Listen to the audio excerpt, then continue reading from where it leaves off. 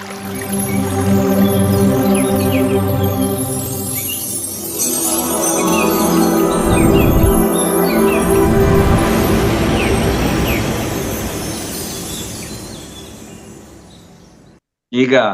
ಶಂಕರಾಚಾರ್ಯರ ಮೋಹ ಮುದ್ಗರ ಅಥವಾ ಭಜಗೋವಿಂದಂ ಬಗ್ಗೆ ಹೋಗೋಣ. ಭಜ ಗೋವಿಂದಂ ಭಜ ಗೋವಿಂದಂ ಗೋವಿಂದಂ ಭಜ ಮುಡಮತೆ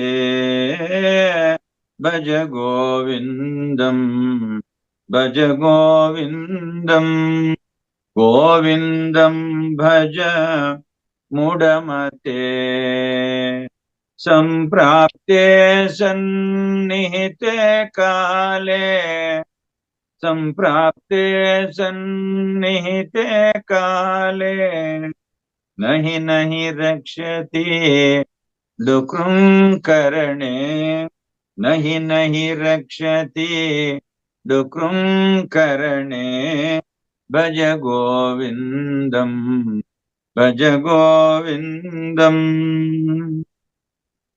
ಮಾ ಕುರು ಧನ ಜನ ಯೌವನ ಗರ್ವಂ ಹರತಿ ನಿಮೇಷಾತ್ ಕಾಲಃ ಸರ್ವಂ ಮಾ ಕುರು ಧನ ಜನ ಯೌವನ ಗರ್ವಂ ಹರತಿ ನಿಮೇಷಾತ್ ಕಾಲಃ ಸರ್ವಂ ಮಾಯಾಮಯಮಿದಂ ಅಖಿಲಂ ಬುದ್ಧ್ವಾ ಮಾಯಾಮಯಮಿದಂ ಅಖಿಲಂ ಬುದ್ಧ್ವಾ ಬ್ರಹ್ಮಪದಂ ತ್ವಂ ಪ್ರವಿಶ ವಿದಿತ್ವಾ ಬ್ರಹ್ಮಪದಂ ತ್ವಂ ಪ್ರವಿಶ ವಿದಿತ್ವಾ ಭಜ ಗೋವಿಂದಂ ಭಜ ಗೋವಿಂದಂ.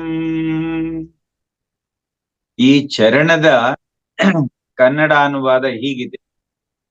ಧನ ಜನ ಯೌವನ ಗರ್ವವ ಬಿಡು, ಅವು ನಿಮಿಷದಿ ಕಾಲನ ವಶವಾಗುವವು. ಧನ ಜನ ಯೌವನ ಗರ್ವವ ಬಿಡು, ಅವು ನಿಮಿಷದಿ ಕಾಲನ ವಶವಾಗುವವು. ಮಾಯಾಮಯವೀ ಜಗವೆಂದರಿತು, ಮಾಯಾಮಯವೀ ಜಗವೆಂದರಿತು. ಬ್ರಹ್ಮಪದತ್ವಕ್ಕೆ ನೀನೊಳಗಾಗೋ, ಬ್ರಹ್ಮಪದತ್ವಕ್ಕೆ ನೀನೊಳಗಾಗೋ. ಗೋವಿಂದನ ನೆನೆ ಗೋವಿಂದನ ನೆನೆ ಗೋವಿಂದನ ನೆನೆ ಮೂಢಮನ.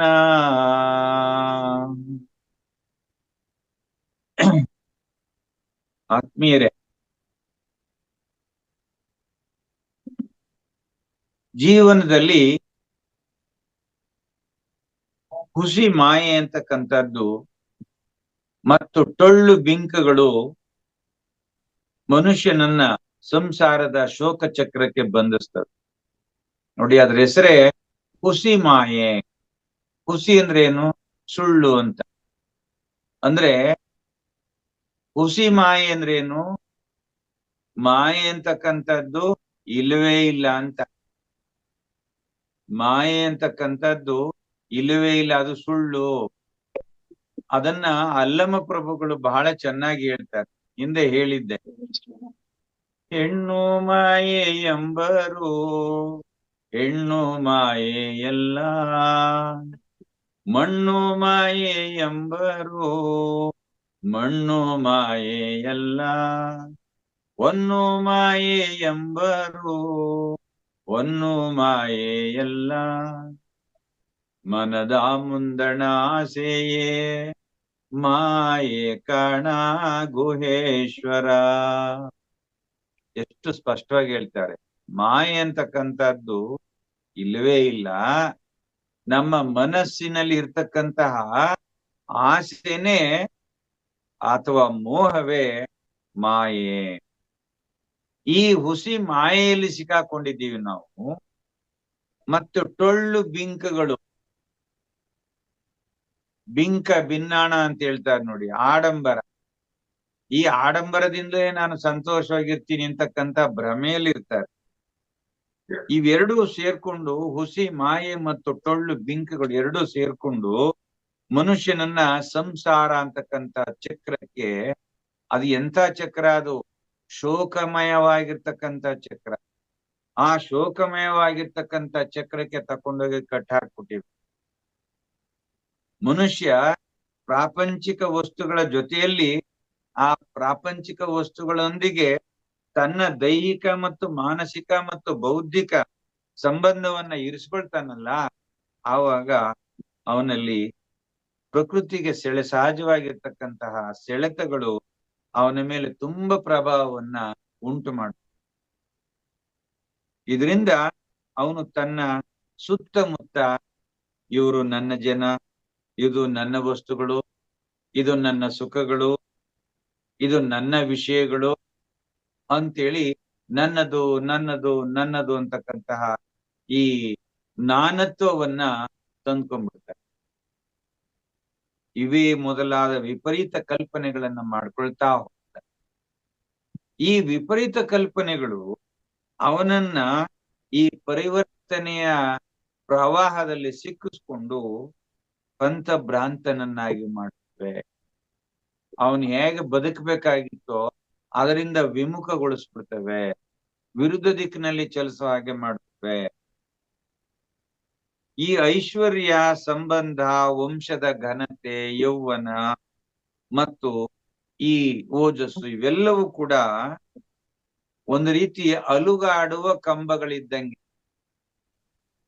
ಏನೇನು ನಮ್ಮಲ್ಲಿರ್ತಕ್ಕಂಥ ಐಶ್ವರ್ಯ, ಸಾಮಾಜಿಕ ಸಂಬಂಧ, ವಂಶದ ಘನತೆ, ಯೌವನ, ಮತ್ತೆ ಯೌವನದಿಂದ ನಮ್ಮಲ್ಲಿರ್ತಕ್ಕಂಥ ಕಾಂತಿ, ತೇಜಸ್ಸು, ಇವೆಲ್ಲವೂ ಕೂಡ ಅಲುಗಾಡುವ ಕಂಬಗಳು. ಈ ಅಲುಗಾಡುವ ಕಂಬಗಳ ಮೇಲೆ ವಿಷಯ ಸುಖದ ಮಂಟಪವನ್ನು ನಾವು ಕಟ್ಕೊಂಡಿದೀವಿ. ಕಟ್ಕೊಂಡು ಅದರಿಂದ ನಾನು ಸಂತೋಷವನ್ನ ಪಡ್ತೀನಿ, ಅದರಿಂದ ಅದನ್ನೆಲ್ಲ ನಾನು ಅನುಭವಿಸ್ತೀನಿ ಅಂತಕ್ಕಂತಹ ನಾಟಕ ಮಾಡ್ಕೊಂಡು ಹೋಗ್ತಾ ಇದ್ವಿ. ಈ ನಾಟಕ ಯಾವಾಗ ಮುಕ್ತಾಯವಾಗುತ್ತೆ ಅಂತಂದ್ರೆ ನಮ್ಮ ವ್ಯಕ್ತಿತ್ವವೆಲ್ಲ ಬರಿದಾದ ಬಳಿಕ ಎಲ್ಲವೂ ಅಂತಿಮವಾಗುತ್ತೆ.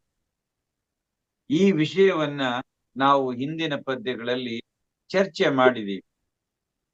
ಈಗ ಏನ್ ಹೇಳ್ತಾ ಇದ್ದಾರೆ ಅಂತ ಹೇಳಿದ್ರೆ, ಸಿರಿ ಶಾಶ್ವತವಲ್ಲ, ಅದು ಎಲ್ಲರ ಬಳಿಯಲ್ಲೂ ಓಡಾಡುತ್ತೆ. ಒಬ್ಬ ಭಿಕ್ಷುಕನ ಕೈಗೂ ಹೋಗುತ್ತೆ ಹಣ, ಒಬ್ಬ ಶ್ರೀಮಂತನ ಹತ್ರಕ್ಕೂ ಹೋಗುತ್ತೆ, ಒಬ್ಬ ಪೂಜಾರಿ ಕೈಗೂ ಹೋಗುತ್ತೆ, ದೇವರ ಹುಂಡಿಯಲ್ಲೂ ಬೀಳುತ್ತೆ.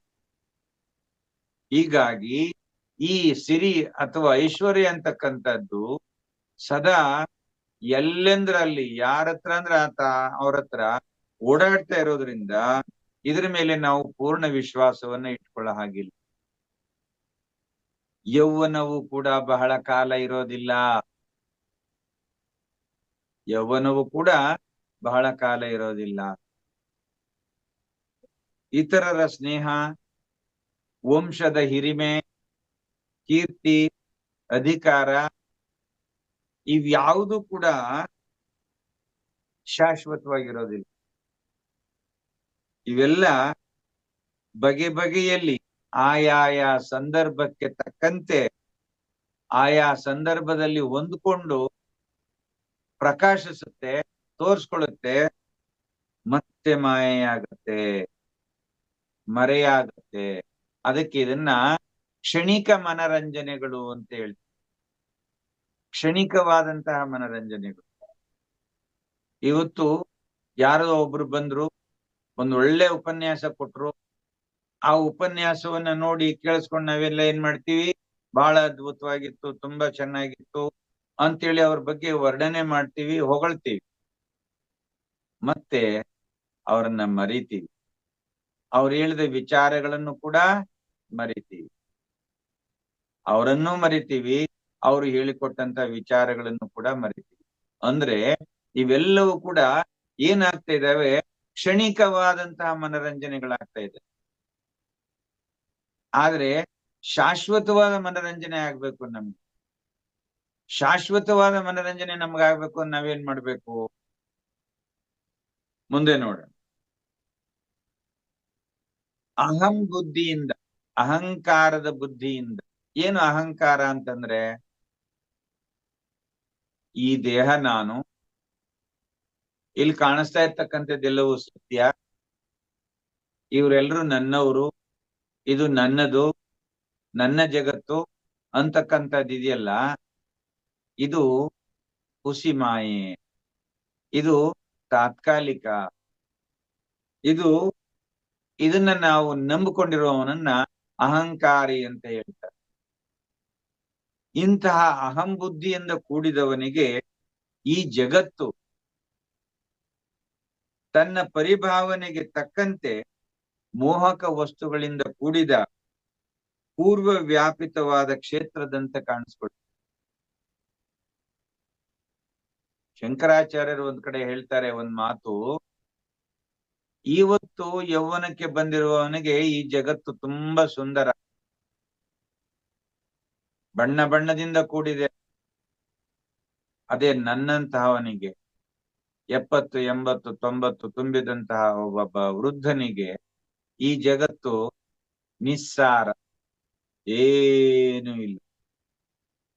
ಅವನಿಗೆ ಯಾವ ಬಣ್ಣವೂ ಕಾಣಿಸೋದಿಲ್ಲ. ಅಯ್ಯೋ ಸುಮ್ನೆ ಇವೆಲ್ಲ ಕೊಳ್ಳು ಕಂಡ್ರು, ಯಾಕ್ರು ದಣಿತೀರಿ, ಯಾಕ್ರು ಸಂಕಟ ಪಡ್ತೀರಿ ಇದಕ್ಕೋಸ್ಕರ ಅಂತ ನಿಸ್ಸಾರವಾದ ಮಾತನ್ನ ಹೇಳಕ್ ಹೋಗ್ತಾನೆ. ಆದ್ರೆ ಯೌವನದಲ್ಲಿ ಇರ್ತಕ್ಕಂಥವ್ರಿಗೆ ಅದು ಹಿಡಿಸೋದಿಲ್ಲ, ಯಾಕಂದ್ರೆ ಅದು ವರ್ಣಮಯವಾಗಿ ಕಾಣಿಸ್ತಾ ಇತ್ತು. ಅವರು ಕೂಡ ವೃದ್ಧಾಪ್ಯಕ್ಕೆ ಬಂದಾಗ ಅವ್ರಿಗೂ ಅನ್ಸುತ್ತೆ, ಅಯ್ಯೋ ನಾವು ಇದೇನೋ ಮಹಾ ದೊಡ್ಡದು ಅಂತ ಅನ್ಕೊಂಡಿದ್ವಿ, ಇದೇನೋ ತುಂಬಾ ಸುಂದರವಾಗಿದೆ ಅಂತ ಅನ್ಕೊಂಡಿದ್ವಿ, ಇದರಿಂದ ನಮಗೆ ದುಃಖ ಪ್ರಾಪ್ತಿ ಆಯ್ತೇ ಹೊರತು ನೋವು ಪ್ರಾಪ್ತಿ ಆಯ್ತೇ ಹೊರತು ನಮ್ಗೆ ಇದರಿಂದ ಯಾವ ಲಾಭವೂ ಆಗ್ಲಿಲ್ಲ. ಹಾಗಾದ ಮೇಲೆ ಲಾಭವಾಗ್ಬೇಕಾಗಿದ್ರೆ ನಾವ್ ಏನ್ ಮಾಡ್ಬೇಕಾಗಿತ್ತು? ಆ ಭಗವಂತನ ನಾಮಸ್ಮರಣೆ ಒಂದೇ ಶಾಶ್ವತ, ಭಗವಂತನೊಬ್ಬನೇ ಶಾಶ್ವತ, ಮಿಕ್ಕದ್ದೆಲ್ಲವೂ ಕೂಡ ಅಶಾಶ್ವತ. ನಾನೊಂದು ಕಡೆ ಆಹಾರದ್ದು ಒಂದು ಚರ್ಚೆ ನಡೀತಾ ಇತ್ತು, ತರಗತಿ. ಅಲ್ಲಿ ನಾನು ಹೋಗಿದ್ದೆ. ಅಲ್ಲಿ ಕ್ಲಾಸ್ ತಗೊಂಡಿದ್ದವರು ಹೇಳ್ತಾ ಇದ್ರು, ಅನ್ನವನ್ನ ಬ್ರಹ್ಮ ಅಂತ ಹೇಳ್ತೀವಿ, ಅನ್ನ ಬ್ರಹ್ಮ ಅಂತ ಹೇಳ್ತೀವಿ, ಆದ್ರಿಂದ ಅನ್ನಕ್ಕೆ ಬಹಳ ಗೌರವ ಕೊಡ್ಬೇಕು, ಅನ್ನ ಪ್ರಸಾದವನ್ನ ಸ್ವೀಕಾರ ಮಾಡುವಾಗ ಬಹಳ ಭಕ್ತಿ ಶ್ರದ್ಧೆಯಿಂದ ಸ್ವೀಕಾರ ಮಾಡ್ಬೇಕು, ಆದ್ರಿಂದ ಅನ್ನವೂ ಕೂಡ ಬ್ರಹ್ಮ ಅಂತ ಹೇಳಿದ್ರು. ನಾನು ಅವತ್ತು ಮಾತಾಡ್ಲಿಲ್ಲ, ಅದ್ರ ಮಾರನೆಗೆ ಹೋದೆ, ಸ್ವಲ್ಪ ಬೇಗ ತರಗತಿ ಶುರು ಆಗಕ್ಕಿಂತ ಮುಂಚೆ ಹೋದೆ.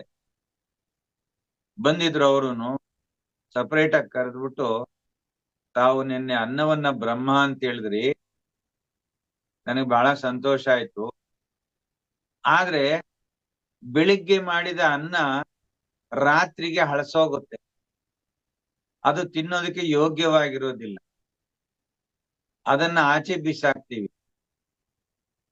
ತಾವು ಹೇಳಿದ್ರಿ ಅನ್ನವು ಬ್ರಹ್ಮ ಅಂತ ಹೇಳಿದ್ರಲ್ಲ, ಬ್ರಹ್ಮ ಹಳಸು ಹೋಗುವ ವಸ್ತುವೆ, ಅಥವಾ ಕೊಳೆತೋಗುವ ವಸ್ತುವೆ, ಅಥವಾ ಬೀಸಾಕುವ ವಸ್ತುವೆ? ದಯಮಾಡಿ ಹೇಳಿ ಎಂದೆ. ಅವ್ರಿಗೆ ತಲೆ ಕೆಟ್ಟೋಯ್ತು, ಇದೇನಪ್ಪ ಇಂಥ ಪ್ರಶ್ನೆ ಕೇಳ್ಬಿಟ್ರಲ್ಲ. ಆಮೇಲೆ ಅಣ್ಣವ್ರೆ ನನಗೂ ಗೊತ್ತಿಲ್ಲ ಇದ್ರ ಬಗ್ಗೆ, ತಾವೇ ಹೇಳ್ಬೇಕು ಅಂತೇಳಿ. ಆಗ ನಾನು ಹೇಳ್ದೆ, ಅನ್ನವೂ ಬ್ರಹ್ಮವೇ, ಆದ್ರೆ ಅನ್ನವೇ ಬ್ರಹ್ಮವಲ್ಲ. ಅನ್ನ ಬ್ರಹ್ಮದಿಂದ ಸೃಷ್ಟಿಯಾದದ್ದು, ಬ್ರಹ್ಮ ಕಲ್ಪಿತವಾದದ್ದು. ಬ್ರಹ್ಮ ಕಲ್ಪಿತವಾದದ್ದೆಲ್ಲವೂ ಕೂಡ ಒಂದಲ್ಲ ಒಂದು ದಿನ ನಾಶವಾಗುತ್ತೆ, ಅವೆಲ್ಲವೂ ಅಶಾಶ್ವತವಾದದ್ದು. ಆದ್ರೆ ಬ್ರಹ್ಮ ಒಂದೇ ಸತ್ಯ, ಜಗನ್ಮಿಥ್ಯ. ಇದನ್ನ ಉಪನಿಷತ್ತುಗಳು ಹೇಳ್ತಾ ಇದ್ದಾವೆ, ವೇದಗಳು ಹೇಳ್ತಾ ಇದ್ದಾವೆ. ಆದ್ರಿಂದ ಅನ್ನವೇ ಬ್ರಹ್ಮ ಅಂತಕ್ಕಂಥ ಶಬ್ದವನ್ನ ಬಳಸಬೇಡಿ, ಅನ್ನವೂ ಬ್ರಹ್ಮವೇ ಅಂತ ಹೇಳಿ ಅಂದಾಗ ಅವರು ಅದನ್ನ ತಿದ್ದುಪಡಿ ಮಾಡ್ಕೊಂಡು. ಹಾಗೆ ಇಲ್ಲಿ ಎಲ್ಲ ಅನುಭವಗಳಿಗೂ ಮಿಗಿಲಾದದ್ದು ಬ್ರಹ್ಮಾನುಭವ. ಈ ಬ್ರಹ್ಮಾನುಭವವನ್ನ ತನ್ನ ಹೃದಯದಲ್ಲಿ ಪಡೆಯುವಂತಹ ಒಂದು ಶಕ್ತಿಯನ್ನ ಗಳಿಸ್ಕೋ ಮತ್ತು ಚೈತನ್ಯದ ತತ್ವಜ್ಞಾನದ ಅನ್ವೇಷಣೆಯನ್ನ ಮಾಡು.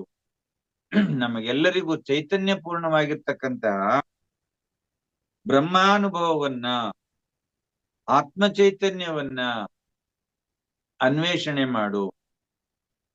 ಆದ್ದರಿಂದ ನಾವು ನಮ್ಮ ಆಂತರಿಕವಾದ ಎಲ್ಲ ಅನುಭೂತಿಗಳಿಗೂ ಅಧಿಷ್ಠಾನವಾಗಿ, ಅಧಿಷ್ಠಾನ ಅಂತಂದ್ರೆ ಆಧಾರಭೂತವಾಗಿರ್ತಕ್ಕಂಥ ನಮ್ಮೆಲ್ಲ ಕ್ರಿಯೆಗಳಿಗೂ, ನಮ್ಮೆಲ್ಲ ಸೃಷ್ಟಿಗೂ, ನಮ್ಮೆಲ್ಲ ಅನುಭೂತಿಗಳಿಗೂ ಆಧಾರಭೂತವಾಗಿರ್ತಕ್ಕಂಥವನು ಆತ್ಮ ಸ್ವರೂಪವಾಗಿರುವವನೇ ಸರ್ವವ್ಯಾಪಿಯಾದ ಬ್ರಹ್ಮನು ಅಂತಕ್ಕಂಥದನ್ನ ತಿಳ್ಕೊ.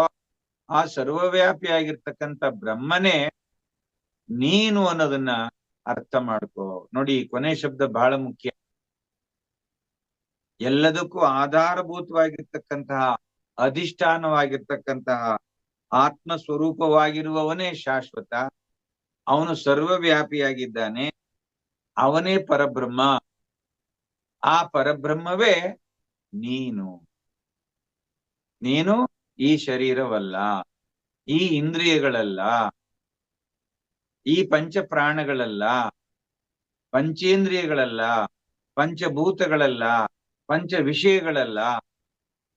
ಇವೆಲ್ಲದಕ್ಕೂ ಆಧಾರವಾಗಿರ್ತಕ್ಕಂಥವನು, ಅಧಿಷ್ಠಾನವಾಗಿರ್ತಕ್ಕಂಥವನು ಮಾತ್ರ ಬ್ರಹ್ಮ ಅಂತಕ್ಕಂಥದ್ದನ್ನ ತಿಳ್ಕೊ ಅಂತೇಳಿ ಶಂಕರಾಚಾರ್ಯರು ಈ ಒಂದು 11ನೆಯ ಚರಣದಲ್ಲಿ ಸಂದೇಶವನ್ನ ನಮ್ಗೆ ಕೊಟ್ಟಿದ್ದಾರೆ.